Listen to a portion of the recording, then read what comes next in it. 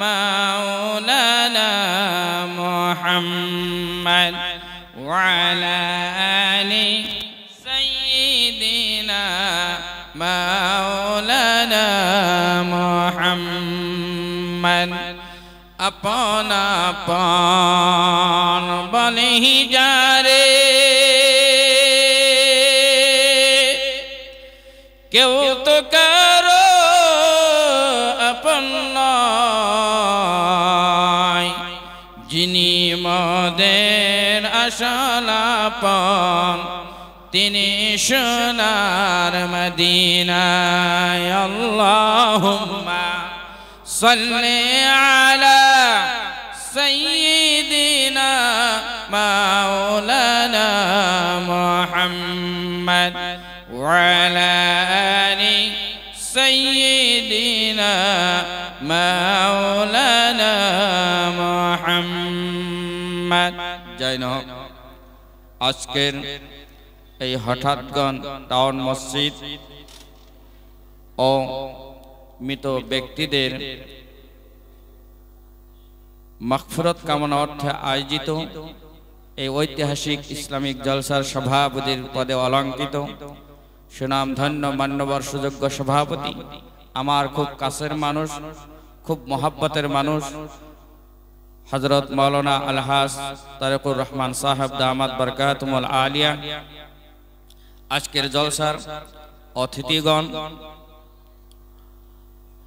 এবং মঞ্চে বসে থাকা মুআজ্জাজ উলামায়ে কেরাম, সম্মানিত ব্যক্তিগণ, আমার সম্মুখে বসে থাকা বাবার বয়সের মুরব্বিয়ান সকল যুবক তরুণ ভাই ও বন্ধুগণ, পর্দার আড়ালে অবস্থানরত সম্মানিত মা ও ভগ্নীগণ, সমস্ত প্রশংসা সেই মহান আল্লাহ পাকের জন্য যে আল্লাহ পাক আমাদের উপরে দয়া করে এই জান্নাতের টুকরায় বসার তৌফিক দান করলেন। আমরা সকলে সুউচ্চ কণ্ঠে একসঙ্গে সুর মিলিয়ে সেই আল্লাহর দরবারে শুকরিয়া আদায় করে নিচ্ছি। সকলে পড়ছি আলহামদুলিল্লাহ। সকলে অন্তরের অন্তঃস্থল থেকে আলহামদুলিল্লাহ পড়ে। আলহামদুলিল্লাহ পড়লে কি লাভালাভ আছে যদি আমরা জানতাম, তাহলে অন্তরের অন্তঃস্থল থেকে আলহামদুলিল্লাহর আওয়াজ বেরিয়ে আসতো। বিশ্বনবী মুহাম্মদুর রাসূলুল্লাহ সাল্লাল্লাহু আলাইহি ওয়াসাল্লাম বলেছেন, আলহামদুলিল্লাহ তামলাল মিজান। আল্লাহর নবী বলেন, কোন বান্দা যদি আলহামদুলিল্লাহ পড়ে, আল্লাহ পাক কিয়ামতের দিন ওই বান্দার মিজানের পাল্লাটা ভরে দিবেন। সুবহানাল্লাহ। আমার ভাষা কি আপনারা বুঝছেন? অসুবিধা হচ্ছে? অসুবিধা তো হয় না। ভাই মহতরম, দোস্ত বুজুর্গ, জীবনে আমরা অনেক ওয়াজ শুনলাম। বক্তা কোন ওয়াজ করতে করতে তক্তা হয়ে গেছে, শ্রোতাদের কানে বয়ডা পড়ে গেছে, কিন্তু আমাদের জীবনে পরিবর্তন কতটুকু আসছে এটা হলো আমাদের লক্ষণীয় বিষয়। আমরা যাই শুনবো একমাত্র আমলের নিয়তে শুনবো, আল্লাহ এবং আল্লাহ রাসূল যাতে আমাদের প্রতি রাজি হয়ে যায় এই নিয়ত নিয়ে শুনবো ইনশাআল্লাহ। আমরা যে এখানে বসে আছি, এটা কি আমাদের আমলনামায় রেকর্ড হবে কি হবে না? কথা বলেন, হবে কি হবে না? হবে। কারণ মানুষের কোন আলোচনা এমন হতে পারে না যে যেই আলোচনা সম্পর্কে আল্লাহ পাক জানে না এবং আমলনামা রেকর্ড হয় না, এমন কোন কথা আমরা বলতে পারি না। আকাশের নিচে জমিনের উপরে এমন কোন জায়গা নাই যেখানে আল্লাহ পাকের কর্তৃত্ব চলে না, যেখানে মিথ্যা কথা বললে আল্লাহ পাক জানে না, যেখানে ভালো আমল করলে আল্লাহ পাক জানে না, এমন কোন জায়গা আছে? কথা বলেন, আছে? কোন জায়গা না। এটা আমার কথা না, আল্লাহর কথা। কোরআনে কারীম আল্লাহ রাব্বুল আলামিন বলেন, ইয়া মা'শারাল জিন্নি ওয়াল ইনসি ইন ইসতাতা'তুম আন তানফুযু মিন আকতারিস সামাওয়াতি ওয়াল আরদি ফানফুযু লা তানফুযুনা ইল্লা বিসুলতান। আল্লাহ রাব্বুল আলামিন বলেন, হে জিনের দল, হে মানুষের দল, তোমাদের পক্ষে যদি সম্ভব হয় আমি আল্লাহ পাকের আকাশ জমিনের চার সীমা পাড়ি দিয়ে অন্য কোনো জায়গায় চলে যাও। আল্লাহ পাক বলেন তা তো তোমরা পারবে না ও মুসলমান ভাইরা। আল্লাহ পাক আকাশ জমিনের মাঝখানে মানুষকে জিনকে তেলের প্যাকেটের মতো প্যাকেট করে রেখে দিয়েছেন। এই প্যাকেট থেকে বেরিয়ে যাওয়ার ক্ষমতা কোনো মানুষের নাই, কোনো জিনের নাই। ঠিক না বেঠিক? কথা বলেন ভাই মাতরম দোস্ত বুজুর্গ। আমরা মনে করি গোপনে গুনাহ করলাম, দুনিয়ার কেউ দেখলো না, কিন্তু আল্লাহ পাক ডাক দিয়ে বলেন বান্দারে গোপনে যাই বলো না কেন, যাই করো না কেন, দুনিয়ার কেউ জানে না, কিন্তু আল্লাহ রব্বুল আলামিন সব কিছুই জানে। কোরআনে কারীমের ভিতরে আল্লাহ রাব্বুল আলামিন বলেন মা ইয়াকুনু মিন নাজওয়া সালাতাতিন ইল্লা হুয়া রাবিউহুম ওয়ালা খামসাতিন ইল্লা হুয়া সাদিসুহুম ওয়ালা আদনা মিন যালিকা ওয়ালা আকসারা ইল্লা হুয়া মাআহুম আইনামা কানু। আল্লাহ রাব্বুল আলামিন বলেন তোমাদের তিনজনের কোনো গোপন আলোচনা পরামর্শ এমন হতে পারে না যেখানে চতুর্থ নম্বর তিনি অর্থাৎ আল্লাহ পাক উপস্থিত নয়। আল্লাহ পাক আরো বলেন তোমাদের পাঁচজনের কোনো গোপন আলোচনা পরামর্শ এমন হতে পারে না যেখানে ষষ্ঠ নম্বর আল্লাহ পাক উপস্থিত নয়। আল্লাহ পাক আরো বলেন তার থেকে সংখ্যায় কম হও না কেন, বেশি হও না কেন বান্দা, যেখানেই থাকো না কেন সেখানেই মহান আল্লাহ রাব্বুল আলামিন আছে, শুধুমাত্র আছে। তাই বলে তো আল্লাহ পাক শেষ করে নাই। আল্লাহ পাক আরো বলেন তুম্মা ইউনাব্বিউহুম বিমা আমিলু ইয়াউমাল কিয়ামাহ। আল্লাহ রাব্বুল আলামিন বলেন বান্দারে যেখানেই থাকো না কেন, যাই বলো না কেন, যাই করো না কেন, সব কিছু সম্পর্কে আমি আল্লাহ পাক জানি। আর কিয়ামতের দিন তাদেরকে আমি সমস্ত তাদের কৃতকর্ম সম্পর্কে জানাইয়া দিব। এই জন্য ভাই মাতরম দোস্ত বুজুর্গ যাই করেন না কেন, যাই বলেন না কেন, সবার আগে আপনি চিন্তা করতে হবে আমার এই কথার দ্বারা, আমার এই কাজের দ্বারা আমার আল্লাহ এবং আল্লাহর রাসূল যত সন্তুষ্ট হয়ে না যায়। যেগুলা কাজ দিয়ে, যেগুলো কথা দিয়ে আল্লাহ এবং আল্লাহর রাসূল অসন্তুষ্ট হয়ে যাবে, ওইগুলা কাজ থেকে নিজেকে দূরে রাখতে হবে।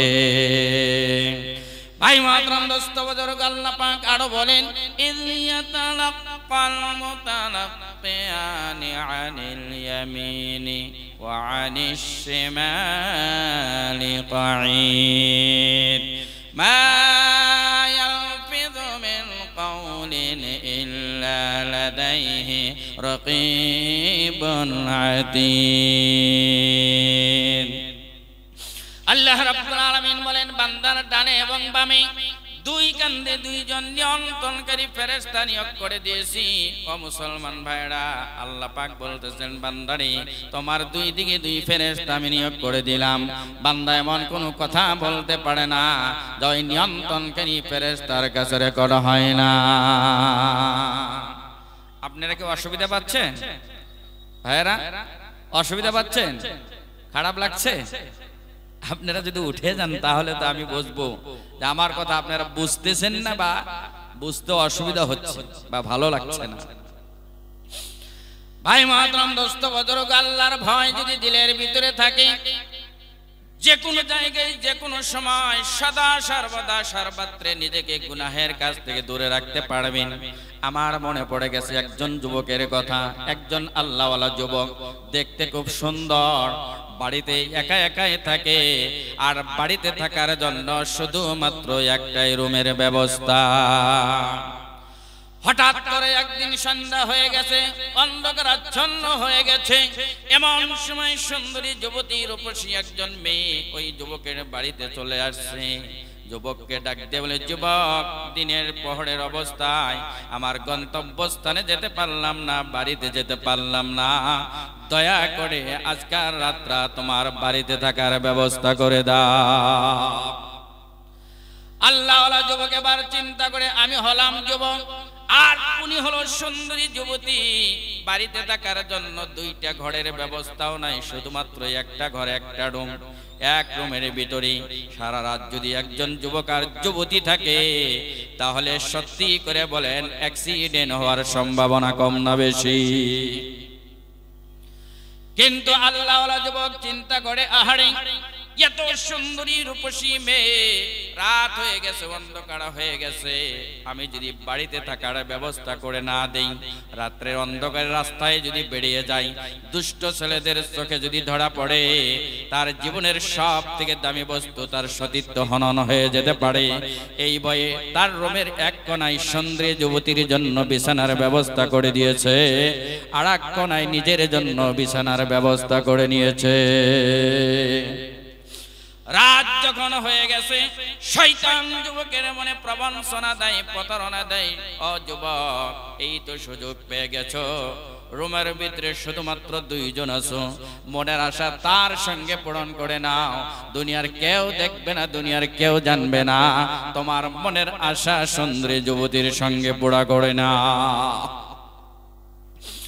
আল্লাহওয়ালা যুবক এবার চিন্তা করে, আহারে এই সুন্দরী যুবতী রূপসী মেয়েকে বাড়িতে একা একা অবস্থায় পেয়ে তার সঙ্গে যদি আমি জিনায় লিপ্ত হয়ে যাই, আর কিয়ামতের দিন যদি এই জিনার জন্য জাহান্নামের আমার ফয়সালা হয়ে যায়, জাহান্নামের আগুন না অনেক কষ্টকর হবে।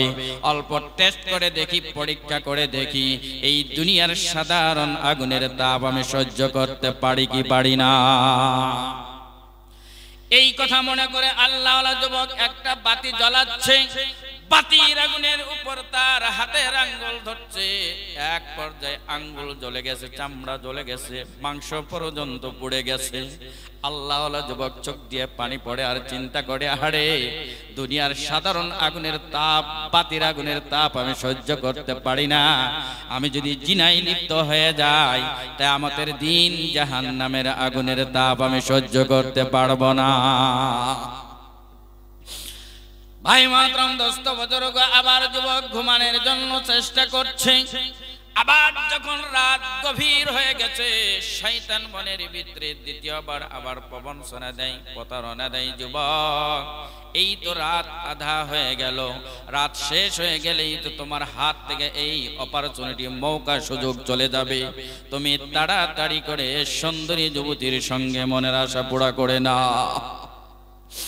আল্লাহওয়ালা যুবক আবার জাহান্নামের আগুনের কথা মনে করলেন, আবার বাতির আগুনের উপর হাতের 2 নম্বর আঙ্গুলটা ধরলেন, দ্বিতীয়বারের মতো হাতের আঙ্গুল জ্বলে গেছে। আল্লাহওয়ালা যুবক আল্লাহর কাছে তওবা করে, ইস্তেগফার করে আর কান্দে, আল্লাহ জাহান্নামের আগুন তো দূরের কথা, এই দুনিয়ার সাধারণ একটা বাতির আগুনের তাপ আমি সহ্য করতে পারি না, আমি যদি জিনায় লিপ্ত হয়ে যাই আর তুমি যদি জাহান্নামের ফয়সালা করে দাও তা আমাদের দিন জাহান্নামের আগুনের তাপ আমি সহ্য করতে পারবো না। ভাই মাতরম, দোস্ত বুজুর্গ, লম্বা ঘটনা। সকাল হয়ে গেছে, সুন্দরী যুবতী ডাক দিয়ে বলে, যুবক সারা রাত তুমি নিজেও ঘুমালা না, আমাকেও ঘুমাইতে দিলা না, কিছুই তো বুঝতে পারলাম না, আমি হতভম্ব হয়ে গেলাম, আশ্চর্য হয়ে গেলাম। আমি দেখলাম কিছুক্ষণ পর পর তুমি বাতির আগুনের উপর নিজের হাতটা ধরে কেন জ্বলাইয়া দাও? আল্লাহওয়ালা যুবক ডাক দিয়ে বলে, ও সুন্দরী যুবতী, তুমি হলো একজন রূপসী মেয়ে, তুমি আর আমি দুইজন, তুমি যুবতী, আমি হলাম যুবক, ভরা বয়সের যুবক, এক রুমের ভিতরে আছি। সাধারণ ভাবেই তো আমরা খারাপ কামে লিপ্ত হতে পারি, কিন্তু যখনই শয়তান তোমার সাথে খারাপ কাজের জন্য আমাকে প্রতারণা দিয়েছিল, প্রবঞ্চনা মনের ভিতরে দিয়েছিল, সঙ্গে সঙ্গে জাহান্নামের আগুনের কথা মনে করি, আমি অল্প টেস্ট করে দেখলাম দুনিয়ার আগুনের তাপ আমি সহ্য করতে পারি কি পারি না, কিন্তু আমি দেখলাম দুনিয়ার সাধারণ এই বাতির আগুনের তাপ আমি সহ্য করতে পারলাম না। এরকম করে জাহান্নামের শাস্তিকে ভয় করে আমি নিজেকে জিনা থেকে দূরে রেখেছি। এই জন্য ভাই মাতরম দোস্ত বুজুর্গ, আল্লাহর ভয় যদি দিলের ভিতরে থাকে, জাহান্নামের ভয় যদি দিলের ভিতরে থাকে, যে কোনো জায়গায় যে কোনো সময় সদা সর্বদা সর্বত্রে গুনাহের কাছ থেকে নিজেকে দূরে রাখতে পারবেন। আল্লাহর ভয় যদি থাকে, কেউ যদি চাষাবাদ করে কৃষক হয়, তাহলে যখন খেতে খামারে চাষাবাদ করবে, অন্যরা আলী কোনোদিন ঠেলতে পারবে না। পারবে? কথা বলেন। আল্লাহর ভয় যদি দিলের ভিতরে থাকে, বিজনেস করে যদি হয়, কোনোদিন পাল্লা মারতে পারবে না। আল্লাহর ভয় যদি থাকে, এতিমের মাল অবৈধভাবে কোনোদিন ভক্ষণ করতে পারবে না। কারণ কোরআনে কারীম আল্লাহ পাক বলেছেন, যারা এতিমের মাল খায়, তারা তো মাল খায় না, নিজের পেটের ভিতরে জাহান্নামের আগুনের টুকরা ঢুকা।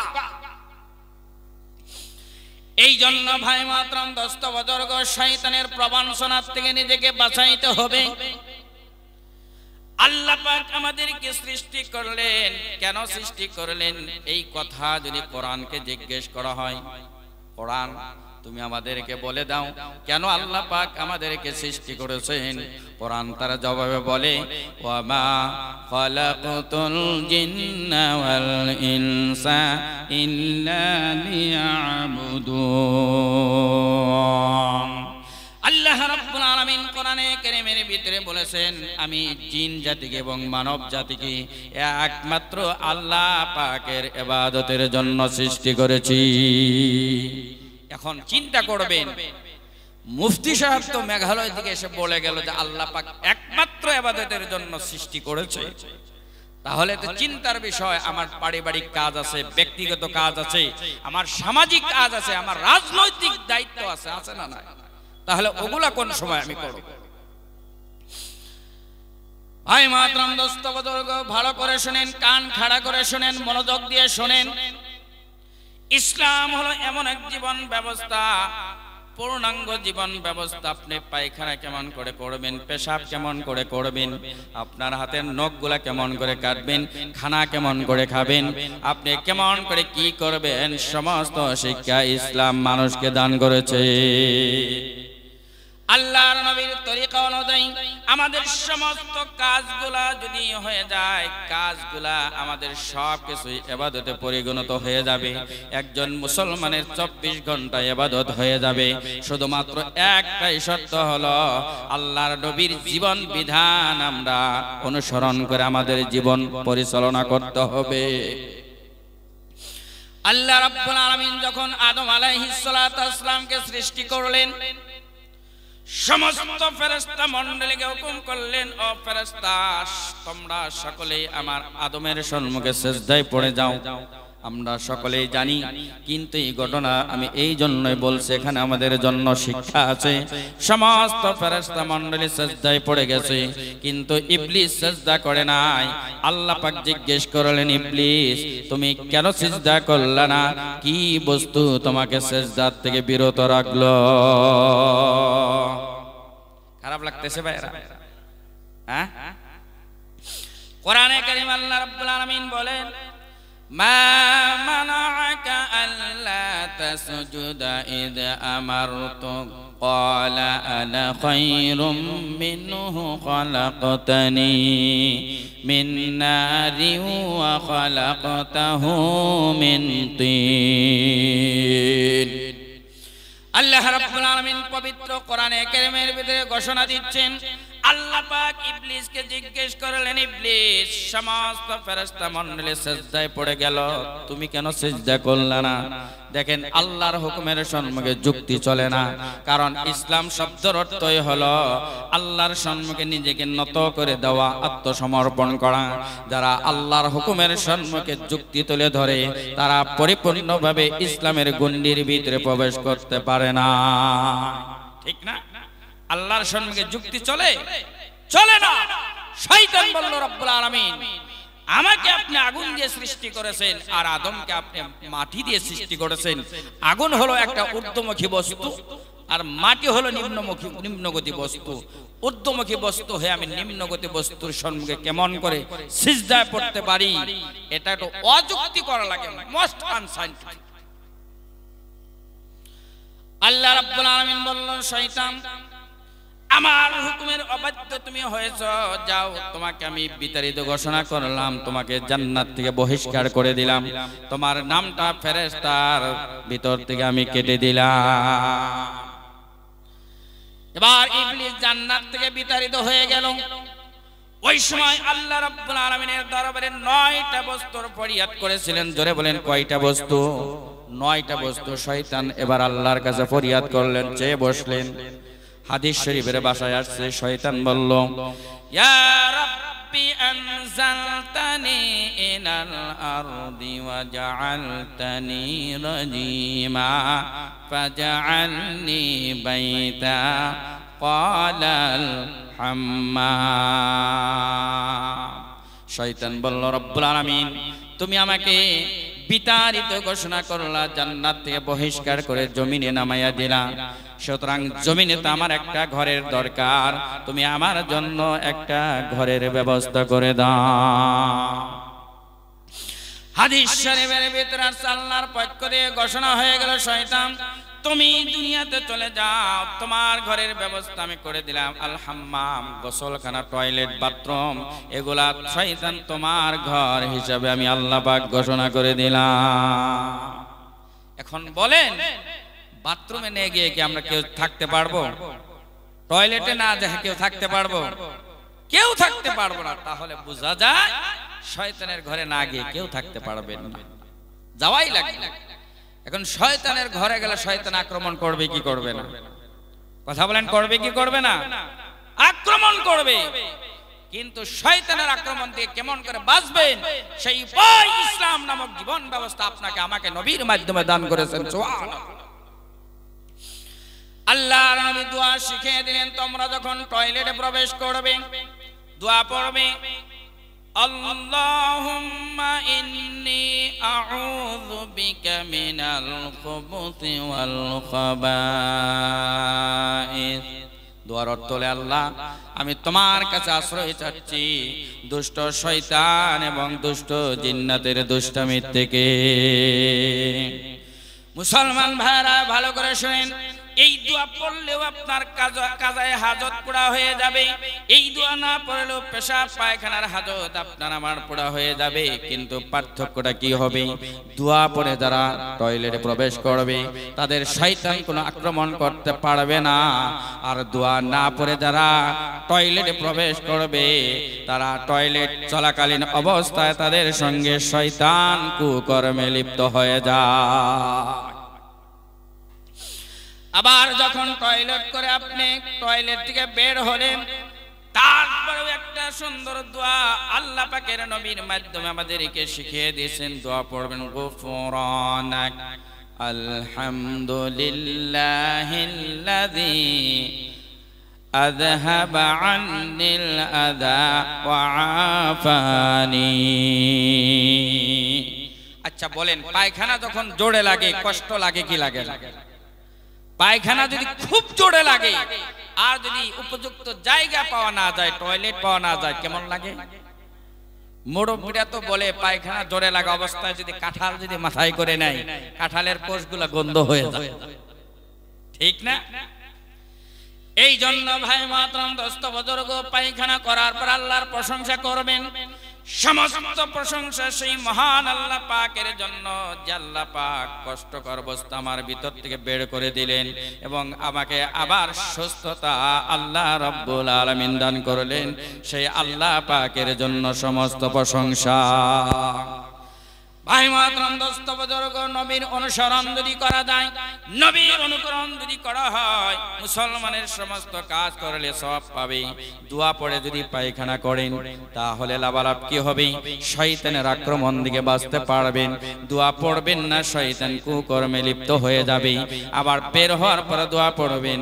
ও মুসলমান ভাইরা, এইরকম করে যদি আপনারা টয়লেটের যদি হাজত পোড়া করেন, শুধুমাত্র আপনার টয়লেটের হাজত পোড়া হবে না, একটা সুন্নতের উপর আমল করার জন্য আল্লাহ পাক ওই বান্দার আমল নামায় অসংখ্য সওয়াব লিখে দিবে। 2 নম্বরে শয়তান বলল, রব্বুল আলামিন, ভাই সাউন্ডটা কিসে দিবেন? মাইকম্যান ভাই, সাউন্ড কম হচ্ছে।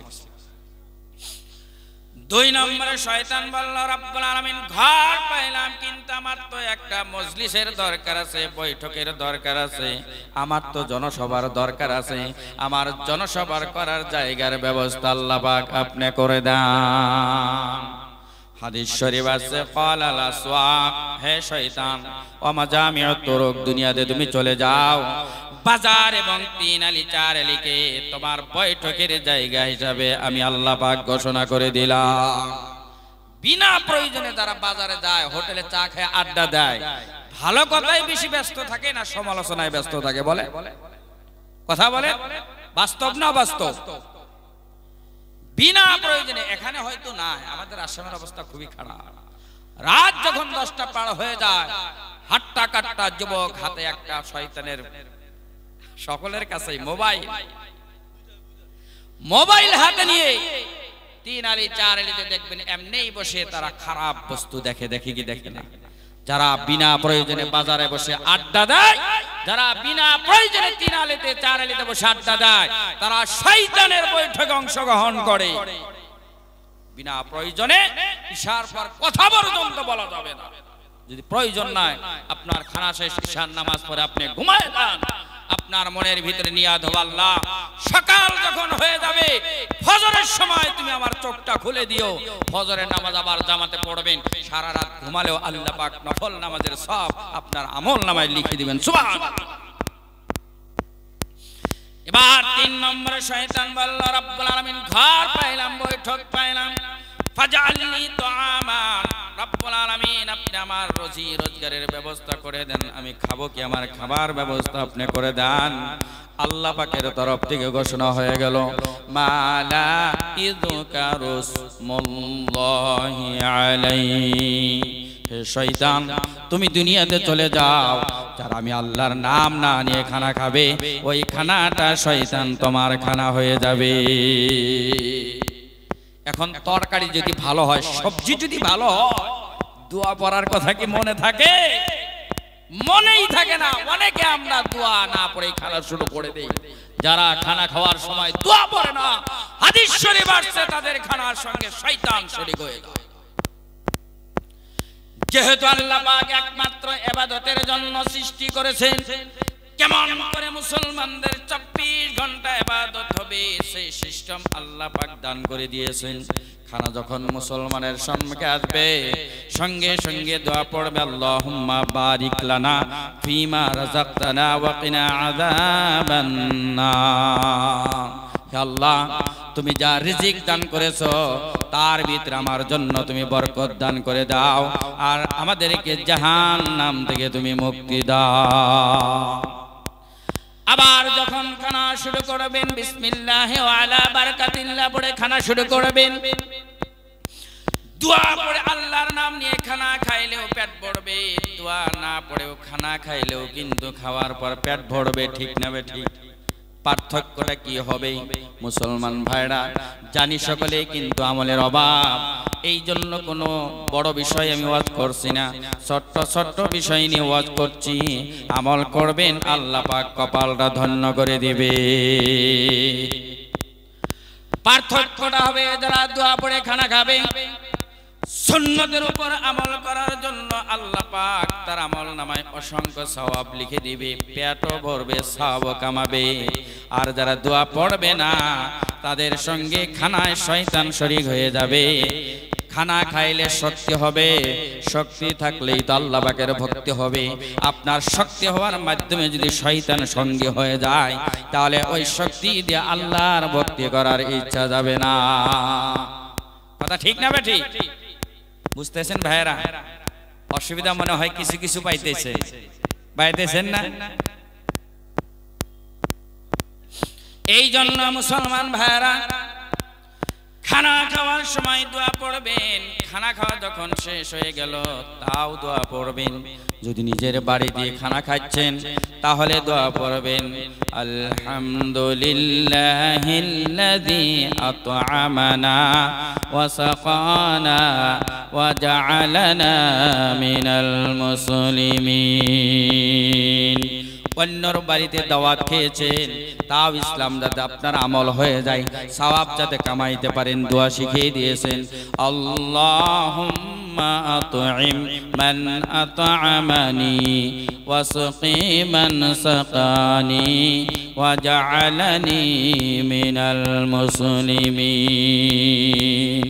এই রকম করে খানা খাবেন, আপনার আমার পেটও ভরবে। আল্লাহ পাক সুন্নতের উপর আমল করার জন্য আমল নামায় অসংখ্য সওয়াব আল্লাহ পাক দান করে দিবেন। এবার 4 নম্বরে শয়তান বলল, রব্বুল আলামিন ঘর পাইলাম, বৈঠক পাইলাম, খাবারও ব্যবস্থা পেয়ে গেলাম, ফাজআলনি শারাবা, হে আল্লাহ আমার পান করার ব্যবস্থা করে দাও। আল্লাহ পাকের তরফ থেকে ঘোষণা হয়ে গেল, শয়তান কুল্লু মুসকিরিন, প্রত্যেক নেশাগ্রস্ত বস্তু তোমার পান করার বস্তু হিসাবে ঘোষণা করে দিলাম। সমস্ত নেশার বস্তু এটা কার পান করার বস্তু? শয়তানের। কিন্তু বর্তমান মুসলমানদের যুবকদের হাতে দেখা যায় নেশার বস্তু। ঠিক না বেঠি? যারা নেশা পান করে তারা শয়তানের বস্তু সেবন করে, পান করে। বর্তমান মাদক দ্রব্য সেবন করে, ট্যাবলেট, ড্রাগস, কত কিছু এখানে হয়তো নাই, অনেক জায়গায় শেষ হয়ে গেছে যুবকদের জীবন।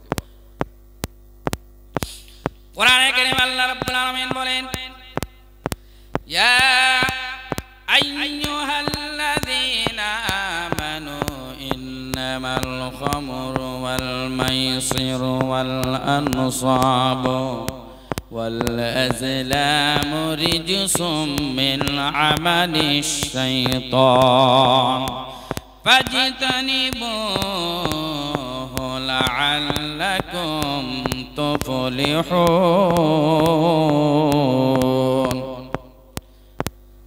আল্লাহ রাব্বুল আলামিন ঈমানদার বান্দাকে কত মহব্বত করেন, মহব্বতের ডাকে ডাক দিয়ে বলেন, অবিশ্বাসী বান্দারা, ও ঈমানদার বান্দারা, তোমরা শুনে নাও, জেনে নাও, মদ, জুয়া, প্রতিমা, তীর খেলা এগুলা হলো শয়তানের অপবিত্র কাজ ছাড়া আর কিছুই নয়। তোমরা যদি সাফল্য মণ্ডিত হতে চাও, তোমরা যদি সাকসেসফুল হতে চাও, তাহলে শয়তানের অপবিত্র কাজগুলা বর্জন করা লাগবে। আমরা যদি সাফল্য মণ্ডিত হতে চাই, এটা আমার কথা নয়, এটা কোরআনের মেসেজ, আল্লাহ পাক মেসেজ দিয়েছেন। ওই ইমানদার বান্দাগণ, তোমরা যদি সাফল্য মণ্ডিত হতে চাও, তাহলে শয়তানের অপবিত্র গর্হিত কাজ, মদ, জুয়া, প্রতিমা, এমনকি তীর খেলা, এগুলা তোমরা ছাড়তে হবে, বর্জন করতে হবে। কারণ শয়তান মদ আর জুয়াকে বিশেষ করে হাতিয়ার স্বরূপ ব্যবহার করে আমাদের ভিতরে হিংসা বিদ্বেষ পয়দা করে দেয়। মদ আর জুয়ার মাধ্যমে শয়তান আমাদেরকে আল্লাহর জিকির এবং নামাজ থেকে দূরে রাখে। এটা আমার কথা নয়, আল্লাহর কথা, কোরআনের কথা। জোরে বলেন, কার কথা? একবার সবাই আওয়াজ করে বলেন, কার কথা? কোরআনে কারীম আল্লাহ রাব্বুল আলামিন বলেন, ইন্নামা ইউরিদুশ শাইতানু আইয়ুকিআ বাইনাকুমুল আদাওয়াতা ওয়াল বাগদাআ ফিল খামরি ওয়াল মাইসিরি ওয়া ইয়াসুদ্দাকুম আন যিকরিল্লাহি ওয়া আনিস সালাহ ফাহাল আনতুম মুনতাহুন। আল্লাহ রাব্বুল আলামিন বলেন, শয়তান তো এটাই চায় মদ আর জুয়ার মাধ্যমে তোমাদের ভিতরে হিংসা বিদ্বেষ পয়দা হোক। শয়তান তো এটাই চায় মদ আর জুয়ার মাধ্যমে তোমাদেরকে আল্লাহর জিকির এবং নামাজ থেকে দূরে রাখবে। এই জন্য মুসলমান যুবক ভাইরা, মদ পান করা যাবে না, নেশা পান করা যাবে না। কারণ যারা নেশা পান করবে, আল্লাহর নবী বলেন আল মুদমিনুল খামার। অন্য হাদিসে নবীজি বলেছেন, নেশা পানকারী কিয়ামতের দিন আল্লাহ পাকের জান্নাতে যেতে পারবে না।